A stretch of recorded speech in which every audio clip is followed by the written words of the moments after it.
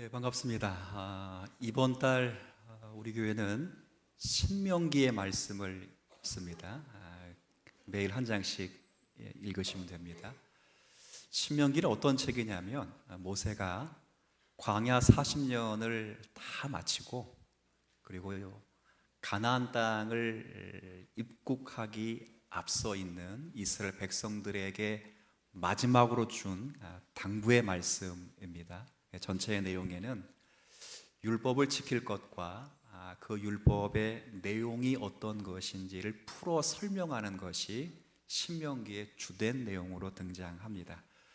그 가운데 오늘 우리가 읽게 되는 이 4장의 내용은 모세가 이스라엘 백성들에게 율법의 대의를 설명하는 내용입니다. 그러니까 율법이 어떤 의미를 가지고 있느냐와 율법의 주된 핵심이 뭔가 하는 내용들을 이야기하고 있는 내용입니다. 근데 우리가 읽은 이 표현 속에서 특이한 말씀 하나가 있습니다. 6절 한번 제가 다시 읽어드리죠. 너희는 지켜 행하라. 이것이 여러 민족 앞에서 너희의 뭐라고요? 능력이라, 구원이라 이렇게 말하지 않고 뭐라고 말했어요? 지혜라라고 말했습니다. 그리고 이방인들이 그들이 이 모든 규례, 율례와 규례를 듣고 이르기를 이 큰 나라 사람은 과연 지혜와 지식이 있는 백성이로다 하리라. 이 표현은 후미에 계속 반복됩니다. 7절 마지막에도 큰 나라가 어디 있느냐, 8절 마지막에도 그 규례와 법도가 공의로운 큰 나라가 어디 있느냐 반복됩니다. 그러니까 율법을 지키는 것이 지혜이며 율법을 지키는 것이 이스라엘 백성들이 다른 나라와 구별된 유일한 표라, 이렇게 말씀하는 내용입니다. 그만큼 율법을 지키는 것은 복된 것이요 영광스러운 것임을 알려주는 것입니다. 율법을 잘 지키면 구원을 받고 율법을 잘못 지키면 지옥에 가고 율법을 잘 지키면 복을 받고 율법을 잘 못 지키면 저주를 받는다라는 상식이 아니라 율법을 지키는 것이 복이요 영광임을 가르치는 그런 내용입니다. 그래서 오늘은 이 지혜와 표가 되는 이 율법을 하나님께서 우리에게 왜 주신 것인지 그 주신 의미를 생각하면서 계명을 지키는 삶의 모습을 다짐해 보는 그런 시간을 좀 갖도록 하겠습니다. 먼저 이것을 확인하기 위해서 우리가 먼저 생각해야 될 것이 있는데 그게 뭐냐면 율법, 그리고 율법을 지키는 것은 구원의 조건은 아니라는 것을 우리가 먼저 확인해야 됩니다.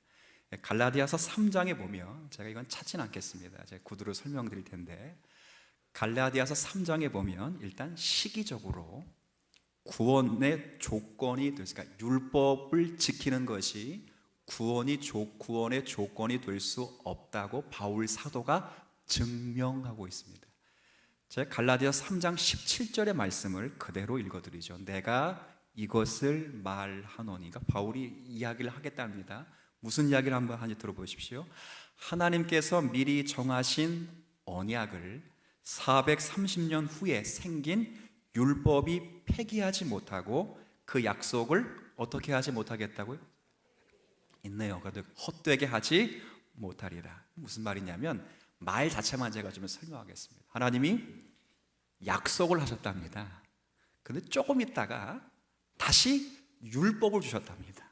그래서 하나님이 약속을 해놓고 나중에 율법을 줬다고 해서 그 율법을 준 것 때문에 약속이 그렇다고 폐해지거나 없어질 수는 없다. 말의 논리가 그렇습니다. 우리는 뭐 새로운 거 주면 옛 것은 지나갔으니 보라 새 것이 되었다 이렇게 말하는데 하나님은 그렇지 않다는 겁니다. 뭘 이야기하려고 바울이 이 구절을 증빙했냐면 이 갈라디 3장의 내용은 우리가 흔히 아는 믿는 자의 조상, 믿음의 조상이라고 일컬음을 받은 아브라함이 어떻게 구원을 받았는가를 증명하기 위해서 바울이 인용한 구절입니다. 여러분, 아브라함의 생애 속에서 아브라함이 하나님 앞에 의롭다함을 받을 때가 언제냐면 여러분 집에 가서 한번 읽어보세요. 창세기 15장에 보면 이때는 아브라함 되기 전입니다. 그렇죠? 그러니까 그 전에 이름이 뭐냐면 아브람입니다. 여기 또 감사하게 해놨네요. 한번 같이 읽어볼까요? 시작. 아브라함이 여호와께서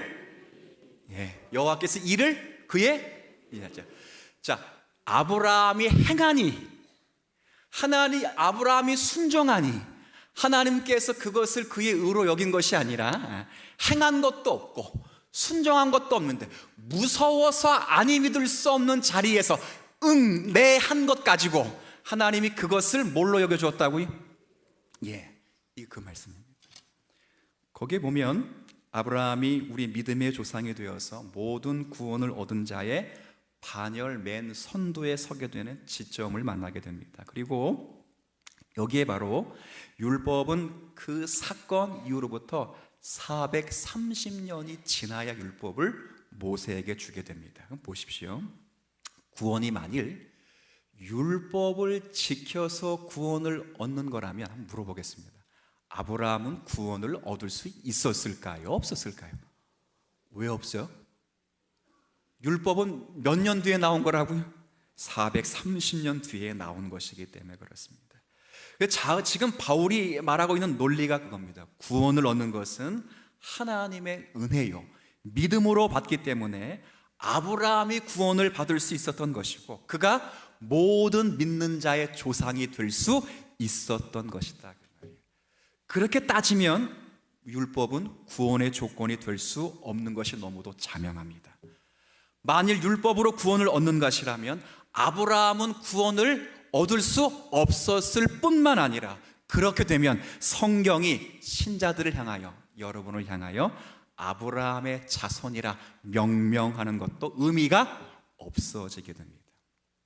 바로 이 사실에서 우린 드디어 어떠한 생각을 하나 낼 수 있는 것이 있습니다. 그게 뭐냐면 율법을 지키는 것이 구원의 조건이나 율법을 따르는 것이 구원의 방법이 되지 않고 오직 은혜로, 오직 믿음으로만 구원을 받는 것이 분명하다면 무엇 때문에 하나님은 우리에게 율법과 계명을 주신 것일까? 이 질문이 생겨나게 되어 있습니다.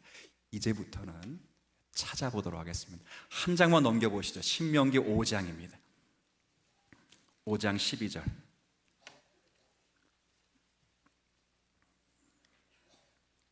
5장 12절부터 15절까지를 우리 한번 같이 읽도록 하겠습니다. 내게 명령한 대로 안식일을 지켜 거룩하게 하라. 엿새 동안은 힘써 내 모든 일을 행할 것이나 일곱째 날은 내 하나님 여호와의 안식일인즉 너나 내 아들이나 내 딸이나 내 남종이나 내 여종이나 내 소나 내 낙이나 내 모든 가축이나 내 문 안에 유하는 객이라도 아무 일도 하지 못하게 하고 내 남종이나 내 여종에 너같이 안식하게 할지니라. 너는 기억하라. 내가 애굽 땅에서 종이 되었더니 내 하나님 여호와가 강한 손과 편팔로 거기서 너를 인도하여 내었나니 그러므로 내 하나님 여호와가 내게 명령하여 안식일을 지키라 하느니라. 아멘. 신명기 5장, 내일 읽게 되는 5장은 모세가 이스라엘 백성들에게 10계명을 설명하는 내용입니다. 1계명부터 쭉 설명하다가 저와 여러분이 함께 읽은 이 본문은 네 번째 계명인 안식일 계명을 명하는 부분입니다. 그런데 여기서 재밌는 것은 이 안식일을 명하면서 어떤 근거로 명을 하냐면 출애굽 사건을 예로 들어 명합니다. 15절, 제가 읽어드릴게요. 15절, 너는 기억하라. 너희들은 애굽 땅에서 종이 되었더니 너희 하나님 여호와가 강한 손과 편팔로 거기서 너를 인도하여 내었더니, 그 다음 뭐라고 되어 있어요? 그러므로입니다. 그러므로. 함께 있습니다. 시작. 그러므로 내 하나님 여호와가 명하여 안식일을 지키라 하느니라. 15절 무슨 말입니까? 안식이라고 하는 것은 애굽에서는 불가능하다 그 말이죠. 왜냐하면 그들은 애굽에서 못된 사람이었다고요? 노예였습니다. 제가 물어보죠. 노예는 주인이 일할 때 뭐 해야 됩니까? 이거 너무 어려운 거 질문한 거 아닌데. 말씀 다시. 노예는 주인이 일하면 뭐 해야 되죠? 일해야 되죠. 그럼 이건 좀 어렵습니다. 물어보겠습니다. 그럼 노예는 주인이 쉴 때는 뭐 합니까? 여러분은 역시 초등학교는 나오셨거든요. 예, 일해야 됩니다. 주인이 쉬면 그때부터 수발을 들어야 됩니다. 안식, 쉼을 얻으려면 노예가 돼서는 안 됩니다. 쉼을 얻으려면 자유인이 돼야 쉼을 얻을 수 있습니다. 맞아요? 틀려요? 이 말은 이런 말입니다. 너희가 안식일을 잘 지키라. 그렇게 잘 지키면 내가 너희들을 자유케 하리라가 아니라, 혹시 아멘 할까 봐 빨리 했습니다. 내가 너희들을 종된 곳에서 꺼내 너희를 자유케 했으니 이제 마음껏 안식일을 지켜라. 믿으십니까? 물어봅니다. 그러면 안식일을 지키라는 것이 은혜입니까? 아니면 조건입니까? 아시겠습니까? 여러분에게 지금 당면한 십계명과 율법이 얼마나 우리에게 은혜가 되는지를 보십시오. 쌍심지를 키거나 그렇게 율법을 지키지 마십시오. 율법을 지켜 복받기 위하여 계명을 지키지 마십시오. 초월합니다. 어떻게 초월하는지 또 하나 보시죠. 출애굽기 3장을 갑니다. 창세기 다음에 있습니다. 출애굽기 3장입니다.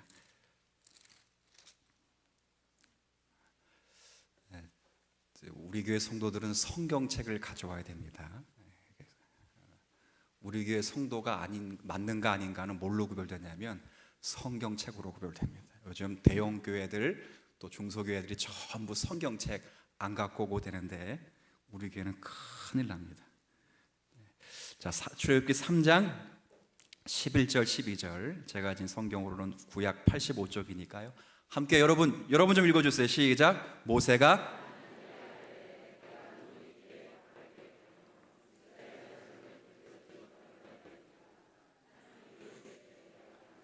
너와 함께 있으리라. 내가 그 백성을 애굽에서 인도하여 낸 후에 너희가 이 산에서 하나님을 섬기리니 이것이 내가 너를 보낸 증거라 되어 있습니다. 아멘.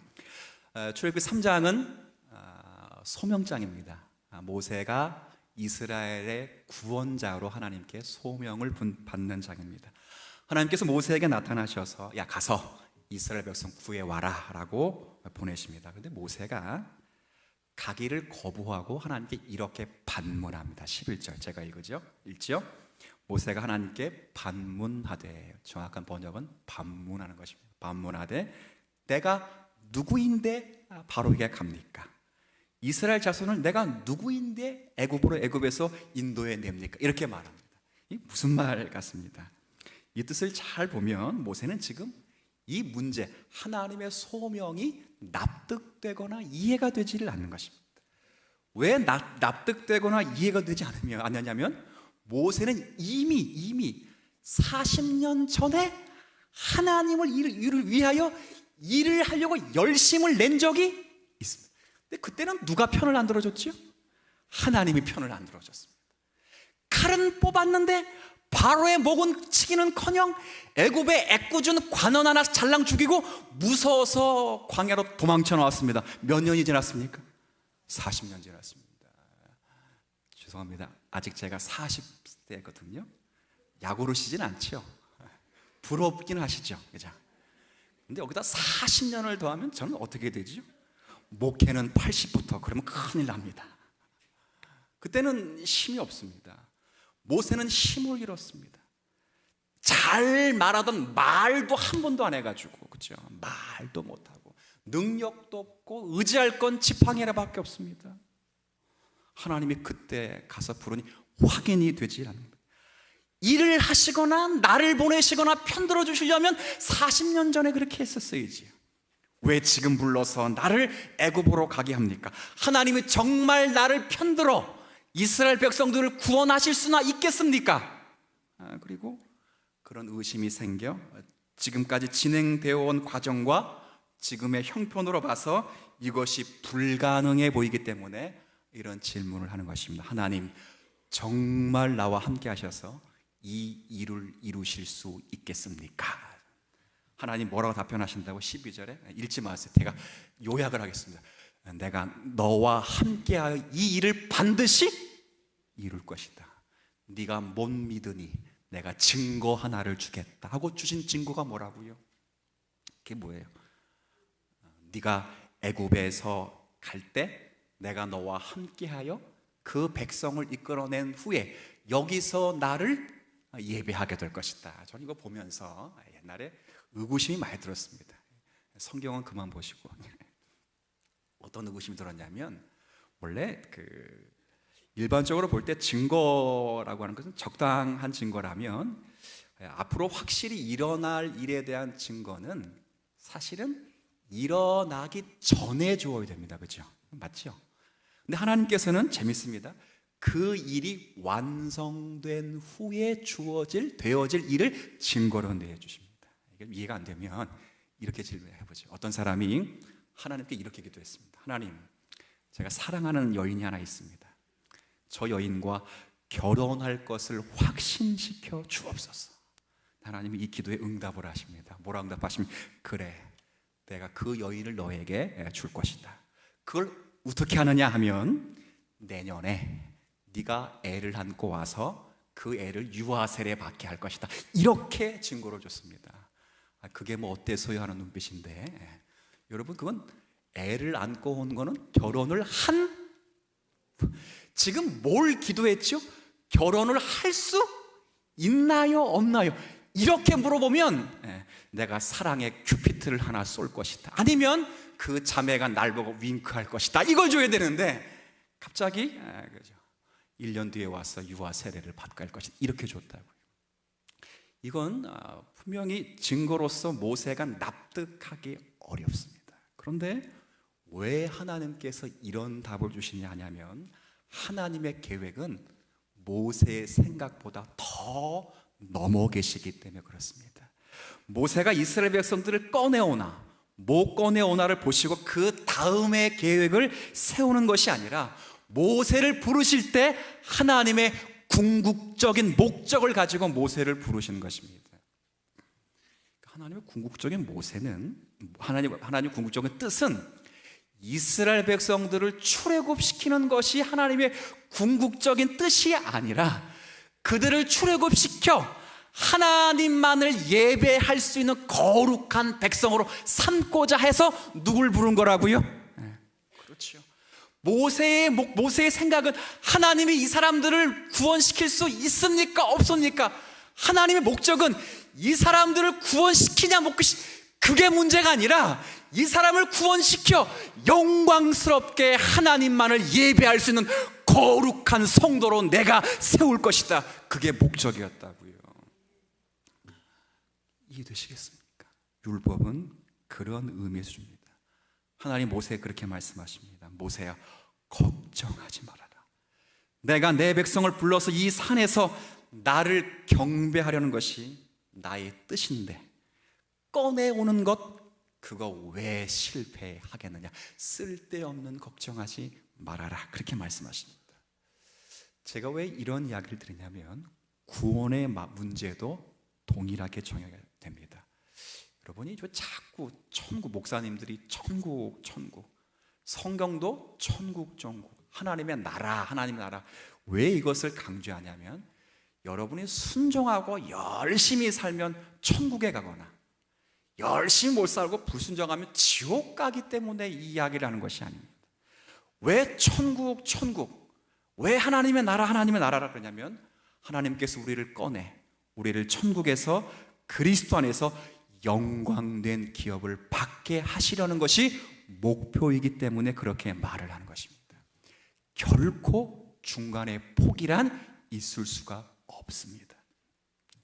착한 일을 시작하신 그분께서 그리스도의 날까지 이루실 것을 확정하신 후에 우리를 부르시고 우리 안에 거룩한 소원을 두어 일하심으로 하나님의 뜻이 율법을 통하여 증거되고, 그 율법의 완성인 그리스도의 십자가의 은혜로 성취되어 그 은혜를 지금의 우리가 받도록 하나님이 만드시고 조성시켜 주십니다.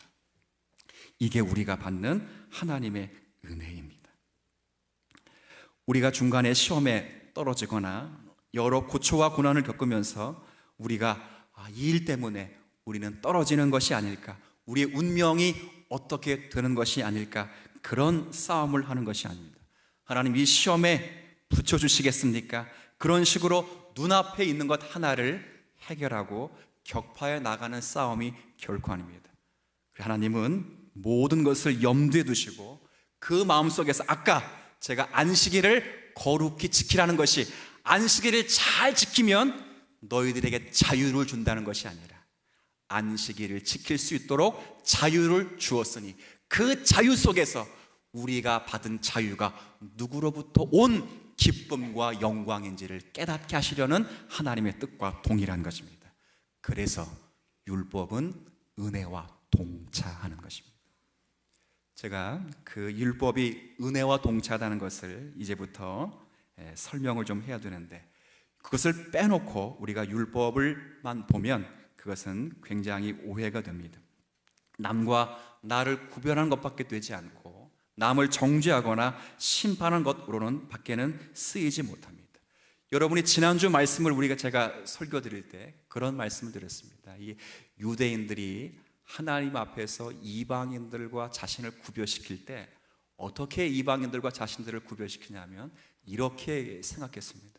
하나님, 쟤들은 하나님의 계신 줄도 몰랐대요. 하나님, 쟤들은 율법을 가지지도 못했대요. 그런데 우리는 하나님의 계신 줄도 알고 율법도 받았고 율법도 가지고 있습니다. 그러니까 하나님 뭐라 말씀하셨다고요? 숙제 안 한 놈은 다 똑같다고 말이죠. 이방인들은 율법이 없이 개판을 치고 유대인들은 율법을 가지고 개판을 쳤답니다. 율법을 가지고 개판을 쳤다는 것은 율법을 주신 본래의 의도를 모르고 율법 가지고 자기를 자랑질했다, 그 말입니다. 하나님은 율법을 그렇게 주신 것이 아닙니다. 보십시오. 율법은 우리에게 이런 목적을 가지고 역사합니다. 로마서 말씀, 이제 바울의 말씀으로 다시 돌아와 보죠. 바울, 로마서 3장을 한번 가봅시다. 로마서 3장입니다.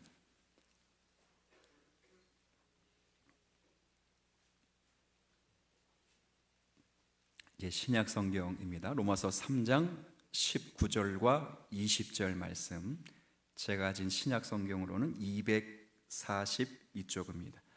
로마서 3장 19절 20절. 언제나 율법이 우리에게 하는 일이 무엇인지를 여기 잘 설명해 주고 있습니다. 한번 같이 읽습니다. 우리가 알거니와 무릇 율법이 말하는 것은 율법 아래에 있는 자들에게 말하는 것이니 이는 모든 입을 막고 온 세상으로 하여 하나님의 심판 아래에 있게 하려 함이라. 그러므로 율법의 행위로 그의 앞에 의롭다 하심을 얻을 육체가 없나니 율법으로는 죄를 깨달으리라. 아멘. 율법의 일차적인 목적은 우리를 사형 선고를 내리는 것입니다. 율법의 중요한 기준인 하나님을 사랑하고 이웃을 사랑하라 라는 문제를 우리 앞에 율법이 제시합니다. 그렇게 제시하게 되면 어느 누구도, 여기 중에 어느 누구도 아무도 합격점을 받지를 못합니다. 성경이 이야기하는 것이 그겁니다. 제가 여러분들을 공평하게 저는 사랑한다고 생각을 하는데, 작년인가요? 어떤 집사님이 제가 조용히 찾아오시더니 제가 이렇게 이야기하시더라고요. 목사님은 저를 미워하시는 것 같습니다. 저는 절대 그런 생각을 해본 적도 없고 지금도 안 하고 앞으로도 안 할 것 같은데 그런 얘기를 하셔요. 그래서 왜요? 그랬더니 제가 인사를 드렸는데 목사님이 고개를 돌렸습니다. 그래서 제가 기도했습니다. 하나님, 제 눈이 앞에도 옆에도 뒤에도 달리게 해주시던지, 아니면 십자가밖에 의지할 것이 없구나. 주님, 저 영혼을 주님께 의탁하오니 부족한 종의 허물을 감추시고 저의 영혼을 십자가의 사랑으로 품어 주옵소서. 제가 지금 뭘 말씀드리려고 하는 것 같습니까?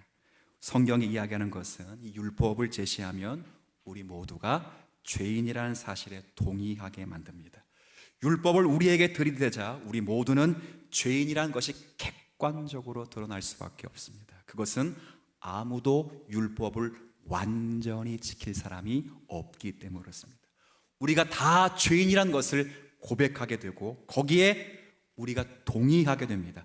그래서요, 그것이 우리를 어디로 인도하냐면 십자가 밖에는 붙들 것이 없다는 것으로 인도하게 된다고요.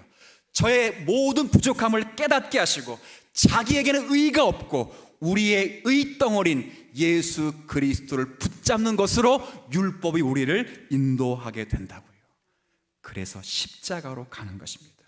율법은 결국 구원의 조건도 아니고 우리를 죽게 하게 하는 것이고 어떤 면에서 심판한 것 같지만, 그러나 그래서 십자가 안으로 우리가 들어가게 되고 도망가게 하는 역할을 한다는 것입니다.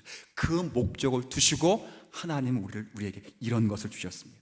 그래서 결국 십자가로 가기 때문에 율법의 원래 요구인 하나님을 사랑하고 이웃을 사랑하라는 것이 그리스도 안에서 이루어졌기에 그리스도의 십자가의 보혈로 우리 안에 율법의 모든 요구를 완성시켜 주시는 것입니다. 이것이 율법의 십자가와 손을 떼지 않는 이유입니다. 그래서 로마서 3장을 어떻게 마무리하는지를 보십시오. 3장 31절입니다. 자, 같이 읽습니다. 그런즉 시작. 그런즉 우리가 믿음으로 말미암아 율법을 파기하느냐? 그럴 수 없느니라. 도리어 율법을, 이 말은 뭐예요? 율법이 무엇과 같다고요? 믿음과 은혜와 같다는 것입니다. 율법은 결단코 구원의 방법은 될 수 없습니다. 구원의 방법은 오직 은혜이며 오직 믿음이며 오직 그리스도의 십자가 밖에는 없습니다. 그러나 율법은 우리를 그 자리로 인도합니다. 우리가 죄인됨을 깨닫게 합니다. 우리가 회개하게 합니다. 이것이 없이 구원이 일어나지 않습니다. 회개 없는 구원은 없습니다. 회개와 절망이 있어야 예수 그리스도를 붙잡습니다. 바로 이 일을 율법이 해냅니다. 율법이 우리 모두를 정죄하여 심판해서 십자가로 보냅니다. 그래서 십자가가 우리를 구원해내고 하나님의 사람으로 우리를 만들어서 지금껏 자기가 주인 되어 왔던 그 모든 데서부터 하나님 앞에 엎드려 우리의 모든 죄를 벗어버리도록 그렇게 역사하십니다. 그리고 의와 거룩화 그리고 새 성도의 자리에 서게 되는 은혜를 누리게끔 합니다. 이것이 율법이 주는 목적입니다. 그것이야말로 율법의 요구이며 율법을 주신 하나님께서 하시고자 하시는 뜻입니다. 우리를 정죄하되 그 정죄가 우리를 사망으로 끌고 가는 것이 아니라 우리를 십자가로 몰고 가서 우리로 하여금 거듭나게 하고 하나님의 요구가 십자가 안에서 이루어지도록 역사하시는 것입니다. 그래서 바울은 이 결론을 8장에서 이렇게 냅니다. 8장을 한번 좀 가봅시다. 로마서 8장입니다. 로마서 8장 이제 그러므로 이제 3장부터 주어지는 결론입니다. 그러므로 자 1절부터 4절까지를 같이 읽습니다. 시작. 그러므로 이제 그리스도 예수 안에 있는 자에게는 결코 정죄함이 없나니 이는 그리스도 예수 안에 있는 생명의 성령의 법이 죄와 사망의 법에서 너를 해방하였습니다. 율법이 육신으로 말미암아 연약하여 할 수 없는 그것을 하나님은 하시나니 곧 죄로 말미암아 자기 아들을 죄 있는 육신의 모양으로 보내어 육신의 죄를 정하사 육신을 따르지 않고 그 영을 따라 행하는 우리에게 율법의 요구가 이루어지게 하려 하심이라. 자, 누가 이루는 겁니까? 그러면 율법의 요구가 여러분이 이루는 것이 아니라 이 4절 끝을 보십시오. 요구가 이루어지게 하려. 누가 그렇게 하십니까? 하나님의 그리스도 예수 안에서 그렇게 이루시는 것입니다. 율법을 주셨다는 것은 하나님께서 여기까지 우리를 몰아가시겠다는 것입니다. 그래서 하나님 율법을 주실 때 반드시 하나님 이런 명령을 하십니다. 나는 질투하는 하나님이다. 나는 두려운 하나님입니다. 율법을 주셨다는 의미를 단순하게 생각하지 마십시오.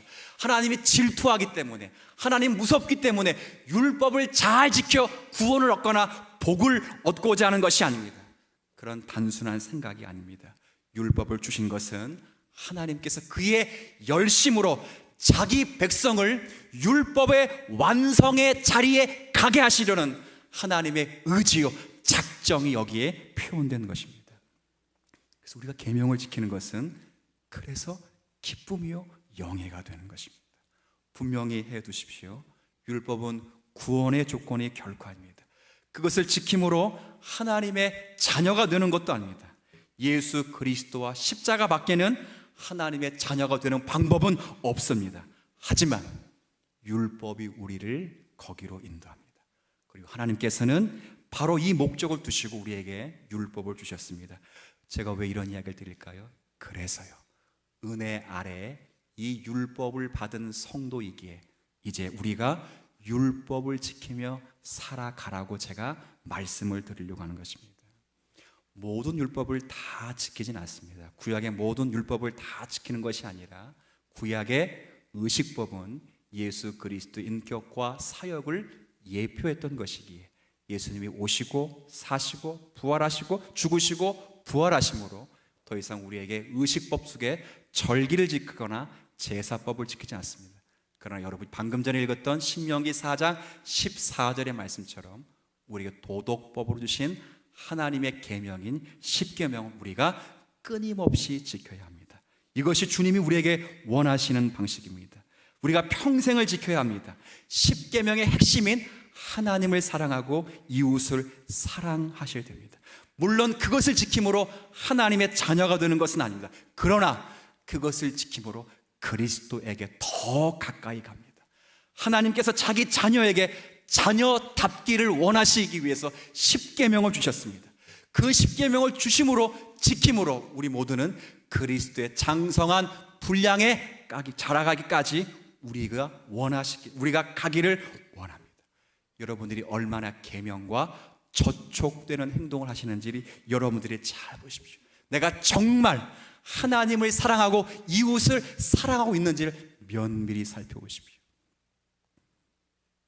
내가 이 자리에 있으면서 하나님 말씀 앞에서 이것이 자랑이 아니고 이것이 우리에게 남과 나를 구별하는 방법도 아니고 나를 증거하는 방법이 아니라 정말 하나님의 은혜 안에 있는 성도가 그 은혜의 역사와 목적이 우리 안에 온전히 이루어지고 있는 자리임을 알고 열심히 계명을 지켜야 됩니다.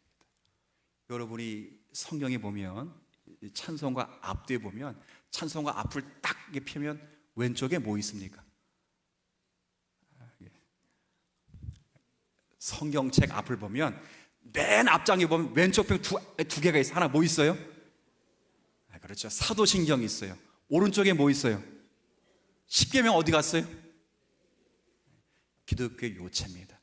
내가 무엇을 믿는가? 사도신경. 그 믿는 자가 어떻게 기도해야 되는가? 그게 뭐라고요? 주기도문. 그렇게 믿고 살아가는 자들이 기도하는 자들이 어떻게 살아가야 되는가? 그게 뭐라고요? 십계명입니다. 지키야 됩니다.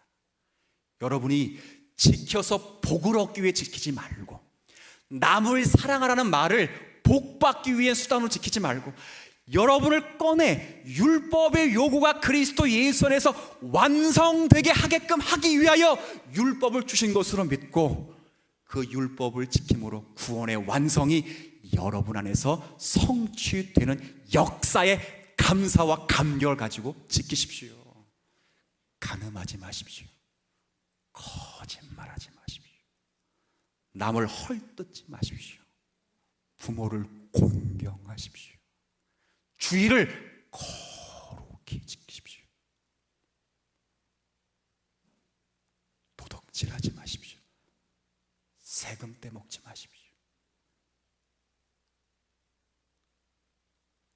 그거 지킨다고 구원받는 것은 아닙니다. 그 지킴으로 하나님이 그리스도 예수처럼 만들려고 하는 하나님의 뜻이 여러분 가운데 이루어지게 되는 것입니다. 이 명예를 아는, 이 명예가 추잡스럽거나 거추장스러운 것이 아니라 우리의 특권과 감사와 자랑이 되시기를 주 이름으로 부탁을 드리겠습니다. 하나님, 종되었던 애굽 땅에서 저희들을 건져 율법을 주시면서 내가 너희들을 향한 구원의 계획이 이러하다라고 말씀하시는 하나님의 의지적 표현을 우리가 읽었습니다. 그러니 그 율법을 지키는 것이 구원이 아니라 지혜이며, 그러니 율법을 지키는 것이 이 땅에 많은 사람들과 구별되는 유일한 표가 됩니다. 하나님, 이 영광들을 거추장스럽게 생각하거나 손해라고 생각하지 말고 영광과 보람으로 삼아 우리의 신앙생활이 분발되기를 원합니다. 계명을 주시며 이루고자 하시는 하나님의 궁극적인 뜻이 우리 안에서 이루어지게 되는 생애를 우리가 목도하며 살아갈 수 있는 영광을 누리게 하여 주옵소서. 예수님의 이름으로 기도 올립니다.